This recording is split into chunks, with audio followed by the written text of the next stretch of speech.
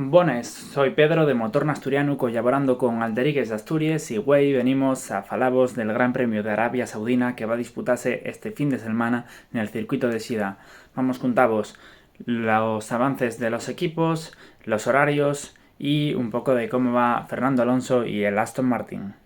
Entamamos con la mala noticia para Charles Leclerc, que ya tuvo que camudar la unidad de potencia el fin de semana pasado en el primer Gran Premio y que después tuvo que camudar la segunda unidad de potencia, habiendo un total de 2 unidades disponibles para toda la temporada y conllevando ese tercer cambio, ese segundo cambio, una penalización de 10 posiciones. Pinta muy mal este inicio de temporada para el equipo Ferrari.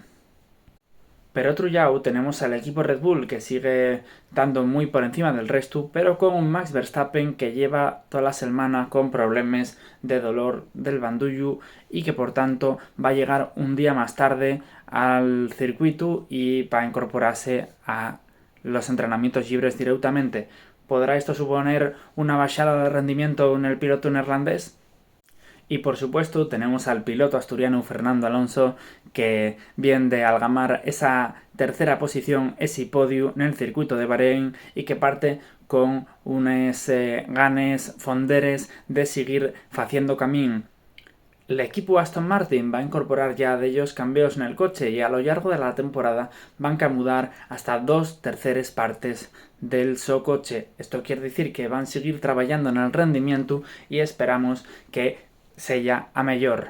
Si esto ya asina, auguramos muy buenas posibilidades para el equipo Aston Martin en esta temporada y con esos problemas que estamos viendo en Ferrari con la unidad de potencia, con ese Max Verstappen con algunos problemas físicos, quién sabe si el circuito de Arabia Saudina puede ser la posibilidad para Fernando Alonso y para la 33.